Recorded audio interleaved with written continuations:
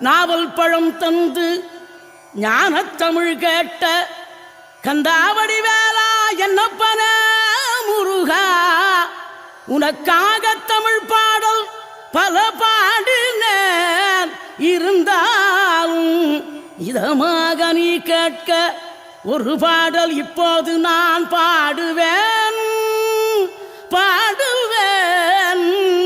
முருகா.